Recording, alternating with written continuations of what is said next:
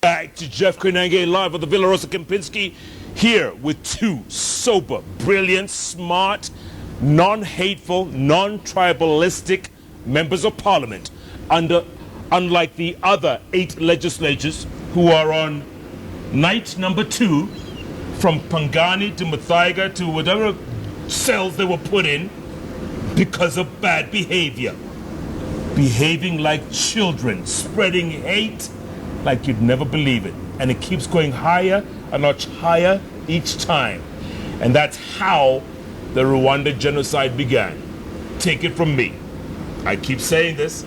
If you have an opportunity, go to Kigali, visit the Genocide Memorial. Just go there. You'll see 500,000 bones, literally. You'll be standing on them. Another 500,000 scattered across the country. 1 million people killed in the space of 100 days, 22 years ago. Tweets coming in very thick and very fast. It's a very emotive and emotional topic. Cecilia Mwangi, former Miss Kenya, you remember her? Says, Chareo Kabila, I concur, we need to give tribalism a red card. Frederick Okango has actually taken a picture. I don't know if you can see it. He says, gentlemen, you can see that. Yep. Show tribalism the red card. Frederick, you are talking the talk, my brother. Spread that word. That's what we need to hear. Because this stuff, you can put it on Twitter, on Facebook, on WhatsApp. It's never going to go away. And it's just going to spread. And we don't need this hate. Keep tweeting. At Okoth Kenneth, at MP Yusuf Hassan, at Koinange Jeff, the hashtag Chorea Ukabila. So gentlemen, moving forward, what needs to be done? And I know the window's not very wide. We've got about a year to the next election. The hate is up here. How do we bring tensions down? How do we cool the tensions, Mheshimiwa? Well, first of all, let me say that all my life I have worked to build bridges and to tear down walls of division, walls of hate. And I think it is important for us as leaders that we must first of all speak out against hate-mongering and negative ethnicity. We must condemn those who are spreading these ugly and dark messages. We must isolate them. And secondly, we must appeal to our youth. You know, the future of Kenya is in our hands. And our youth in particular, the future is theirs. They should not allow these demagogues and misguided bigots to destroy their dreams of a future and a better Kenya. I want to quote from Martin Luther King. In one of his most powerful speeches, he said, returning violence for violence multiplies violence, adding deeper darkness to a night already devoid of stars. Darkness cannot drive out darkness. Only light can do that. Hate cannot drive out hate. Only love can do that. We need to work for peace, love, and unity. We need to bring our people together. And we must begin to think that if we don't do that, the alternative is where you have just mentioned. Rwanda, Central African Republic, South Sudan, Somalia. These people did not just wake up one morning and decide to destroy their country. It was a process. It was darkness that was engulfing them every day until it was completely dark. Absolutely. We're not there yet. But we can pull back. And we can easily slide down there. And we can stop that now. Mheshimiwa. Today we have in Europe Pope Francis, who's Jesuit priest, who is now the Pope of the Catholic Church, a leader of over 1 billion people in the spiritual faith. And in Kenya, we have lots of Catholics, we have a lot of Christians, we have Muslims in the holy month of Ramadan. Let us look at what our scripture says. What do they teach? I grew up in Kibra. I went to Olympic Primary School, a fine educational institution. One of the prayers they taught us there is a Catholic prayer. You may know it again. The prayer of St. Francis? Yeah. It says, Lord, make me an instrument of your peace. Where there is hatred, let me sow love. You know, where there is darkness, light. You know, where there's injury, pardon. Now, are these the things that our leaders are praying for? If these are not the things our leaders are praying for, yet our clergy allow them onto stage and make them kneel and pray for them, and then the next day they're uttering hate speech, That should not be the kind of things. Let us ask. Let the pulpit be sacred and a place where we go to worship and we listen to messages that unify us, that promote love, that promote peace. That is the kind of thing we want. I learned that prayer many times as a child. We recited in Olympic, our Father, Lord, make me instrument of your peace. And somehow it becomes part of you. You really have to think about it. And that is the kind of place where we need to go. We open our parliament every day with a word of prayer. And there is a very clear parliamentary prayer both in English and in Swahili. It's non-denominational. But it's really calling upon God to guide us for the sacred duty we've been called on behalf of Kenyans.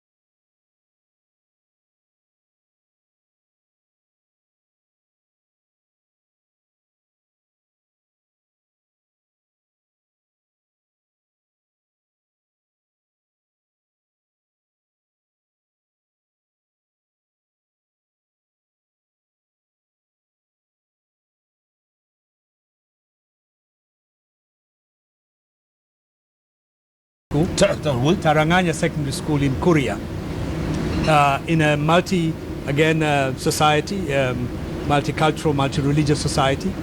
I came back then to Nairobi to work at the Voice of Kenya, where I went to live initially. I wasn't elected because of my ethnicity or my religion. The majority of people in Kamukunji are cosmopolitan. They come from every corner of Kenya. I was elected because they felt I could do something for them. And I'm not going to be elected because of outrageous things that I'm going to say. Nor is my party going to reward me for inciting people or hate-mongering or promoting negative ethnicity. And that's why I think we should have zero tolerance to those things. And I think the future of this country would be based on bringing its whole population together to work together for the future of this country, for prosperity of this country. Only then can we become a developed country with economic power in the region and respected in the world. And there is no benefit whatsoever in dividing us using ethnicity and primordial concepts. Primordial is a word, primeval if anything. Yeah. Gentlemen, final thoughts. Mheshimiwa, I'm going to start with you. That's your camera over there. Final thoughts for the people of Kenya and that leadership that's cooling their heels in those prison cells around the city. I think we saw the bad things that happened in the post-election violence. Let us not be the generation and the group of leaders who lead this country in pre-election violence. Kenya is bigger than each of us. We hate a scenario where Kenyans are begging to be refugees in huge numbers in Tanzania, in Uganda. That would be a mighty shame, and it will be a case on our hands. So I think let us exercise our constitutional rights. Let us promote this constitution. Let us tone down the rhetoric. If you're an MP in Nakuru, you need people of all ethnicity in Nakuru as your neighbors, as your customers, as your clients, as your doctors, as your teachers. When you go to hospital, you don't ask which surgeon is there on duty. You get treatment from whichever surgeon is there. Kwa hivyo tuchoree ukabila, tuseme ukabila ni ujinga. And let us make sure that we are trying to implement this constitution. To the youth, this country is ours to inherit. Do not be fooled, whether it's a little bit of money. Do not be fooled to do things like attacking your neighbors for benefits that you will not gain. So let us not see the youth of this country mobilized to move people of certain ethnicities out of any section of this country. Jeff has told us about Rwanda. He's not mentioned the church in Rwanda where, 8,000 skulls or 800 skulls are found. Lined up. This happened in Kenya, in Kiambaa. And those people went scot-free, and maybe they think they'll go scot-free with it. Let us show Kabila red card and tell them you'll never ban another church in Kenya. If you have to do it, go do it yourself. No Kenyan young person will take a torch to go ban a church in Kenya with poor Kenyans inside it. Thanks, Mheshimiwa. Mheshimiwa, same camera. Well, I would first of all like to emphasize that we should resolve our differences through dialogue and discussion. We have a very good constitution. We should use our constitution, our laws, to be able to resolve many of the political, social, and economic problems we have. Together, we can, as a community, as a country, we can resolve many of the problems that we have and not resort to violence, extreme violence, or unconstitutional methods.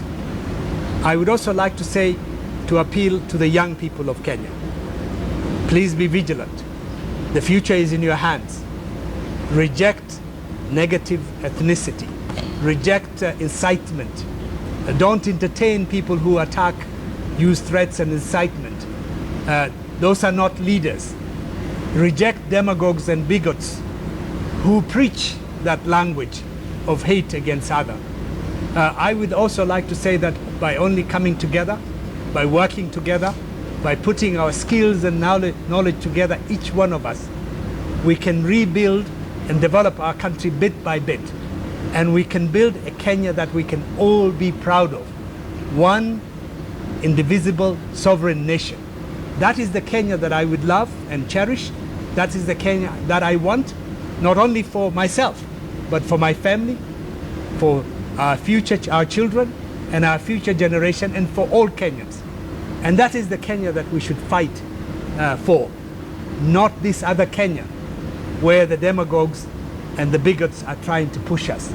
That is into death and darkness. We should say no to negative ethnicity, no to hate speech mongering.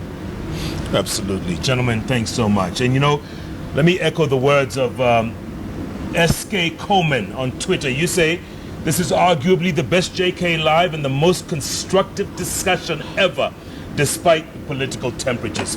Listen to these members of parliament. Listen to your leaders. These are the legislators you should be listening to, not those ones out there spreading hate, spreading fear, spreading all that venom. Because if you listen to those, you're going to end up in that country. And if you cannot, if you will not, and I know most of you will not ever make it to Kigali, Google it. Google the Rwanda Genocide Memorial. They'll take you on a tour online, all you smart people with your smartphones. Check it out. 10,000 people killed in the space of 100 days. Do the math. That's 1 million people. You want to go down that route? Think about it. Think really hard. Because the way Twitter and Facebook and WhatsApp and Instagram are going, that's where you're taking us. Be careful what you wish for, because you really might get it. Thanks so much to my two guests tonight. Keep tweeting at Okoth Kenneth, at MP Yusuf Hassan, at Koinange Jeff. The hashtag Chorea Ukabila. It starts with you. You out there at home. Think about it. Because you know what? When this place burns, where are you gonna go? And I keep saying, we have to keep talking. The moment we stop talking is the moment that we start fighting. Thanks so much for joining us tonight. Tomorrow night, there will be no JKL. I thought you were doing the national anthem. Oh, should we do the national anthem? Why not? First verse? Yes. Can you all sing? Yeah, he can harmonize very well. 3, 2, 1.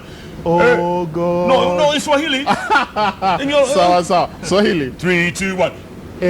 Mungu nguvu yetu, ilete baraka kwetu, haki iwe ngao na mlinzi, na tukae na undugu, amani na uhuru, raha tupate na ustawi. Remember that, folks.